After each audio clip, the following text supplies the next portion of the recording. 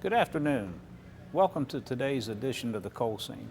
I'm Chris Hamilton, and I'll be your host over the course of the next half hour. Today we are going to be featuring our State Attorney General, Patrick Morrisey, and Mr. Dan Byers, who heads up the U.S. Chamber's Energy Group. Both General Morrisey and Dan Byers will be talking about the President's Clean Power Plan, and also General Morrisey's national coalition of state attorney generals that have bonded together to fight the implementation of the Clean Power Plan within our judicial system. Patrick Morrisey has taken a keen interest in the jobs and economic development of our state, or also the economic consequences of the full implementation of the Clean Power Plan, which, as I'm sure you're well aware by now, is intended to continue to ratchet down our coal jobs and our state's coal production and the shipment of coal from West Virginia to our surrounding states. Dan Byers, on the other hand, has a vast knowledge and experience of some of the more global energy, coal and natural gas issues. And these two presentations that were taken from a recent conference are very complementary with one another and provides just a good insight into where we are with energy production within the state of West Virginia and some of the major threats and challenges that we face. What I'd like to do is just focus my comments in three specific areas, just to give you an update, because while we're involved in a lot of litigation, I would say three of the most important ones right now that you care about are reaching very critical stages. First, let me take a quick show of hands. Anyone hear of the Waters of the United States rule? I think virtually everyone. As many of you know, we work with a coalition of 30 states, wrote a lot of the legal arguments, did a lot of the arguments in an effort to try to obtain a national stay on the EPA and the Army Corps of Engineers Waters of the United States rule. This is so critical for the state of West Virginia because West Virginia is the type of state, especially with not as much flat land, that gets significantly impacted by these types of EPA policies. And that Waters rule should more appropriately be called the Lands of the United States rule, because it's really a land power grab by the EPA. What we're seeing here is that there's a dramatic increase in federal jurisdiction over the state of West Virginia and areas that the state traditionally regulates in. And the consequences for that regulation are, of course, quite significant for a few reasons. One, if you're a farmer, you feel the immediate impact of this regulation. If you're in the oil and natural gas industry, if you're a home builder, if you're a contractor, if you care about a public works project, or if you're in the retail field, you want to make sure that the federal government doesn't come in and change all the rules that you're used to operating under. And the reason why you don't is because the impact is significant. There are people across the state that would be directly impacted by the Waters of the United States rule who would have no earthly idea that they're under the jurisdiction of the federal government now. And of course, non-compliance leads to fees of up to $37,500 a day, not insignificant. So what did West Virginia do? Well, we worked with a coalition of 30 states in a bipartisan manner, and we broke the litigation up into 5 different parts across the country, and we've been able to achieve a stay on that very important regulation, which means that you don't have to be in compliance with all the new rules right yet. We're going to have the ability to litigate this case through on the merits till the very end, and then let the courts decide. That means if we prevail in this case, like I believe we will, then you won't have to put all those monies into new compliance at a minimum until the process ends. That's certainly very positive for the state of West Virginia, and we've worked hard on that issue for the last few years, stemming from the comments that we originally wrote to, of course, the drafting of all the briefs and the oral arguments. So that's an area where the West Virginia Attorney General's office has made a real difference for the citizens of our state. Then we move on. we of course know that the president's top initiative in the country is his power plan, which would have a devastating impact on the state of West Virginia, coal miners, their families, and all of the citizens that rely on our energy reserves. This regulation is so problematic. You've probably heard from a lot of speakers. We all know about the impact, the direct impact in terms of coal jobs, in terms of the likely increase in electricity rates, and putting the power grid reliability at risk. But the part that fewer people may know about and understand is that the legal hooks to this regulation, the legal authority that the EPA is relying on, is so tenuous that it would establish a devastating precedent for our country going forward. This EPA is literally trying to double regulate coal-fired power plants in violation of the Clean Air Act and the Constitution. And it's also trying to establish the EPA as an entity that no longer just regulates in the environmental field, but it's an entity that's being transformed into a central energy planning authority. That's not what was envisioned under the Clean Air Act, the case law, and the Constitution. And that's why West Virginia is stepping forward and fighting back. In this case, West Virginia is out in front working with a few other states in the lead against the president's power plan. Right now we have 27 states on our side.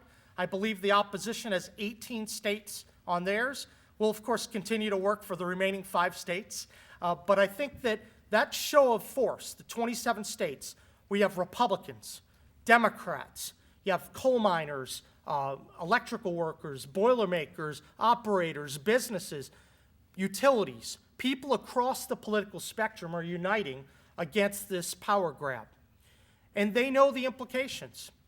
If we don't succeed in this initiative, it's just another really big hit for coal and, quite frankly, for the rule of law. If you can get away using an effective dial to decide how much energy can be used in particular states and decide winners and losers between coal, oil, natural gas, solar, wind, water, then we have some serious problems in our country. The other point that I would make is that the implications of this rule would be transferring authority over from the states that traditionally had regulated in the energy arena to the feds. And obviously, that's not what our Constitution has envisioned. So West Virginia's been working very hard on this litigation. As many of you know, we've asked for a stay in the courts. The EPA just submitted their reply on Thursday, and then our response to the EPA is due December 23rd. We expect that the D.C. Circuit Court of Appeals will issue some decision by mid to late January as to whether we will get a stay. We're also working very hard to try to have our hearing on the merits by next spring. We know that the EPA and the Justice Department are not eager to have such a fast timeline. So I can't promise what the exact date will be where we will have our hearing on the merits, but I'm hopeful we can get it in by next May and get a decision sometime by the summer of 2016. This is one of the single biggest pieces of litigation that's pending for West Virginia and for our country, and I'm glad that the voices, the many voices of West Virginia, are represented in this brief because we have a high-quality team, and I think we have a good chance of prevailing. Now, the last piece of litigation that probably hasn't received as much attention, but I would argue is very problematic as well, is this new source performance standard rule. Anyone hear of that? I think a fair amount. This regulation would effectively bar the building of new coal-fired power plants. And given the projections of how much coal still remains in the ground, I, for one, am not going to accept a regulation that makes it literally impossible to build new coal-fired power plants with technology that has not met the best system of emission regulation. This rule is so problematic because it's relying upon this technology that's never really been adequately demonstrated in the commercial sphere. We know that there have been discussions about how a plant in Mississippi had major overruns and that that's the model that we should all be looking at, but that's not an economically feasible model for the state of West Virginia and for building new coal-fired power plants in the future. We filed suit against this regulation back in October, And I believe we have a coalition of at least 24 states in this area that we're leading. So we take all of these issues very seriously because the implications for West Virginia are profound. Now, it should be no surprise that when I was running in 2012, I focused on these issues because I thought that one of the best ways that an AG's office could make a difference in the state of West Virginia was by focusing on something truly impactful. If we can run the trifecta and continue to hold off the Waters United States rule, the Clean Power Plan, and the New Source rule, wouldn't you think we got a lot done within the Office of Attorney General? So that's certainly our goal, and we're going to continue to be on point on many of these initiatives pertaining to the EPA. But of course, we appreciate all of your input.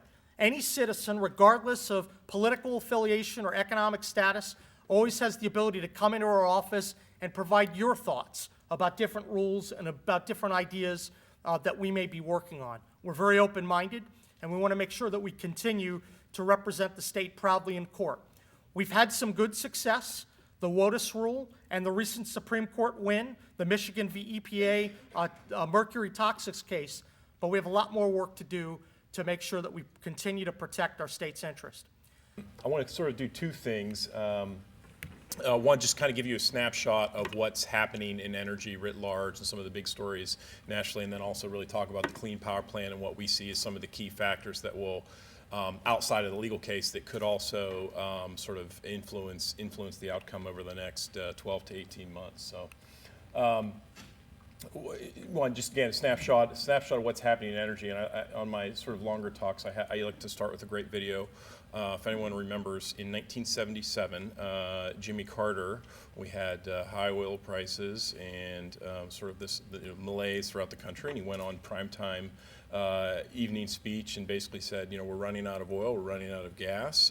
Everyone turn down your thermostats and inflate your tires in your car correctly because we got a rough road ahead. Well, 30 years later, and that was the consensus opinion at the time. I'm not digging on Jimmy Carter necessarily, but thanks to the shale revolution in fracking, we are awash in energy, abundant energy as far as the eye can see, and it's really just up to us whether we're actually going to use it. To General Morrissey's point. And coal, we've always known we've had a lot of coal, and now we have over 100 years of natural gas, 200 years of oil, and as technology improves, we'll actually be able to potentially increase those time frames. And so this is how we look globally. You probably can't see that, but the U.S. is on the left. We have the largest fossil energy resource base in the world, oil, gas, and coal. We are the Saudi Arabia of energy, more than Russia, Saudi Arabia, China, and others. And again, it's just how will we use that to our advantage. This is, see if I find the pointer. Which one here is the, well, I won't chance it before I turn. Anyways, so this is liquids and gas production. This is from 2000 to 2040. So we're probably in the spike there in about the fourth inning. The bottom shading on both of them is conventional production, right? So before we really had widespread horizontal drilling and hydraulic fracturing, you can see we're basically on a downtrend. That's what Jimmy Carter was talking about. He's saying, look, we're running out of our conventional resources. And those big bumps in there now are what we have from shale gas. And I think the point here to see is that we're really actually just kind of getting started. We've got a lot more growth to go if we can find a market to sell the resources. And this isn't really appreciated nationally, but West Virginia is a serious and growing player when it comes to gas, and that shows. Really the explosion here just in the last 3 or 4 years in gas production. Now we have a glut right now in prices, and it remains to be seen how that's going to kind of shake out over the next handful of years. But a part of this comes down to actually developing access, pipelines, et cetera, to get the gas to market and even export it. What does this mean for the economy? We did a study a couple of years ago to try to just quantify the job impacts of the shale revolution, oil and gas, upstream, midstream, and downstream. Upstream being the drilling and production, midstream essentially being your pipelines and infrastructure, and downstream being the manufacturing and petrochemical benefits that you have. For example, ethane crackers, which I know, West Virginia, Pennsylvania, Ohio are sort of all in the games of potentially bringing in these cracking facilities to use the gas, create demand, and huge jobs, well-paying jobs. Just in 2012, really the beginning of the shale revolution, we had already seen about 2 million jobs from it. We're looking at that to almost double, almost 4 million from by 2025. So again, we're kind of at the beginning of this. We still have a long ways to go and a lot of good benefits to come. Domestic picture is essentially flat for energy demand. This is all energy stationary mobile, so oil, gas, nuclear, renewables, coal. And you can see there, one of the things that's kind of interesting, we'll talk about CPP in a second. This data is assuming that CPP is not implemented, and so coal over the next 40 years is essentially flat as a part of our energy mix, goes down just 1%, 20 to 19%. So what I kind of take from that is if you can hold off on CPP and waters and some of these other EPA rules that are coming down the pike that aren't necessarily in place yet, I think coal is going to be just fine over the long run. But the important point I wanted to make here is that essentially we are awash in oil here in energy, oil, gas, and coal here in the U.S., but we don't really have a market for demand growth. This is the global picture. Basically, you've had steady growth thanks to China, India, developing countries, and this is going to continue and even accelerate for all resources. And so, the world is hungry for energy. The rest of the world wants our standard of living. You've got over 1 billion people without access to electricity, and they're going to get it. And so, the question becomes, are we going to be a player with what we have here in our resources and exporting? And that's why one of the Chamber's top priorities is to open up exports, particularly for oil, but also LNG and even coal in some instances. And I think an often underappreciated benefit of the shale revolution that we don't talk about is energy security and really geopolitical security. We've had a dramatic change just in the last 10 years on our oil imports. I'm sure everyone remembers just even when we had high gas prices and heavy imports, say around 2000. We were in 2005 about importing about 2/3 of our oil. It's now down below 1/3, I believe. It has plummeted, and that's again both due to shale production. The gray portion of the figure there is OPEC imports. So essentially imports from generally non-U.S. allies and even hostile nations. And so you can just see there the amount of money that we are no longer paying these adversaries, we can say them geopolitical adversaries. It's a really big deal, and you can't really put a price on that. Okay, so that's the good news. And we like to say that the story of energy in the U.S. is Dickens. It's the best of times, and it's also the worst of times. And so, we're awash in all this energy, but we're in a situation that's sort of radically changing over the last 10 years, where we may not be actually using it to our own benefit. And so, one quick point before I talk about CPP, and that is, what we're seeing. I should probably retitle this slide "Battleground Expansion." Everyone's well aware of what the federal government is doing at the EPA and other federal agencies and working to sort of handcuff our energy resources. But the environmental groups, and I think with a wink and a nod from the federal government, have gotten very sophisticated at stopping energy development project by project. Everyone knows Keystone and the story of Keystone. There's a lot more going on, and I think the environmental community is sort of feeling its oaths from their Keystone victory, and they're looking to stop more pipelines. I know you have several pipelines in West Virginia to get your gas to other parts of the country that are really important, and nobody wants to become the next Keystone, but we also have to keep in mind that these folks are very sophisticated. They're working at the local level, influencing public opinion, and they've sort of, I guess, taken the veil off to the extent there ever was a veil on their agenda, and they'll say sort of openly now, keep it in the ground. And you'll see that from the highest levels in the federal government and the environmental groups. Our goal is to keep it in the ground. And I think that's a real threat. That's something that I think the Chamber is going to be more active in making sure that we help to educate and influence the debate and make sure that this doesn't happen. And so something to just bear in mind that's really important and sort of looming in the picture, in the context of these regulations. Okay, this is just, again, won't go into these. I'm going to talk about one rule, the Clean Power Plan, right? This is President Obama's essentially legacy regulation that he wants to cement. But we have to enter the discussion of the Clean Power Plan understanding everything that EPA and other agencies, primarily EPA, has done to date. Massive, massive regulations, and I know you all know them just as well or as me. Utility MACT was the biggest regulation in EPA history, just finalized in 2011. It shut down 20% of the country's coal plants. And now we're just, we're not done yet. We're doing stream buffer zone, NEPA guidance, all of these rules essentially, again, intended to, or with the ultimate outcome of restricting economic development and energy resources. Okay, Clean Power Plan. And I won't talk about the legality. I think General Morsi really laid that out perfectly. But in addition to the legal case that is going on, there's a lot of other factors that are important, and I sort of sat down trying to think about, well, how's this all going to kind of play out, right? Everyone knows we have, I guess, 12 months of the Obama administration remaining, so there's an obvious national political lever that could move one way or the other and influence the outcome of the Clean Power Plan. And I think almost every Republican presidential candidate said they'd withdraw the rules. So, so that's clear. But there's a lot of other factors too that we see as major headwinds to the Clean Power Plan, and I'm optimistic that we can actually defeat it.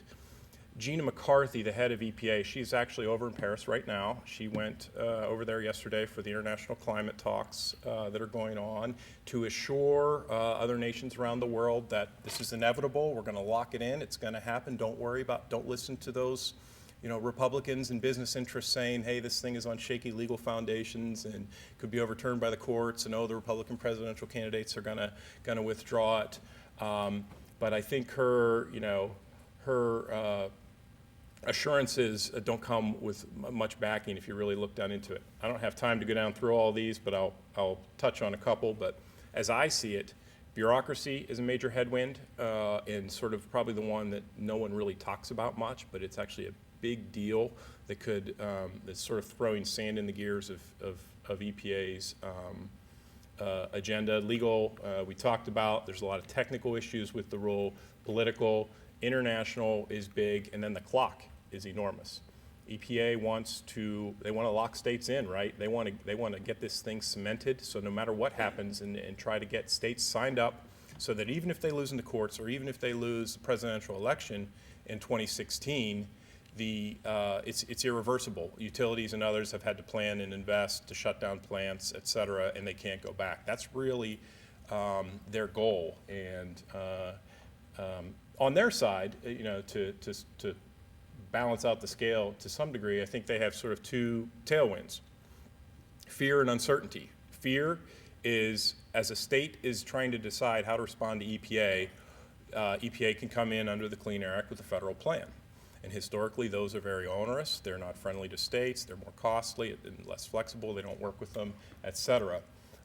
There's reasons why that may not necessarily be the case with this rule, but that's something that's kind of looming out there that certainly works in EPA's favor. And the other is uncertainty, and that's really referring in part to the utilities, which understandably place a premium on having certainty and being able to plan and know where they're headed. And the EPA is exploiting that and using that to pressure states to sign up for this thing. Sign up now. That way you can get your plan in place and you'll have time to actually achieve it, et cetera. Don't wait, until 2017, 2018, et cetera. So that's what I kind of see as all the factors that are sort of the moving parts that could influence the outcome of the rule. General Morsi talked about the litigation. That map on the right is the map of the 27 states that are suing. And he really deserves credit for building that map and building that coalition of states. It's extremely impressive. We want to partner with other affected businesses. This is obviously for the legal case because of the concerns, the genuine concerns, but also for the optics, for folks to understand this isn't about coal. This is about electricity, everyone that uses it. And so we were able to sign up 16 national trade associations to join our lawsuit against EPA, small businesses, forest and paper, iron and steel, wood council, oil seed processors, Portland cement, et cetera, manufacturers. So anyone who uses electricity, they know they're going to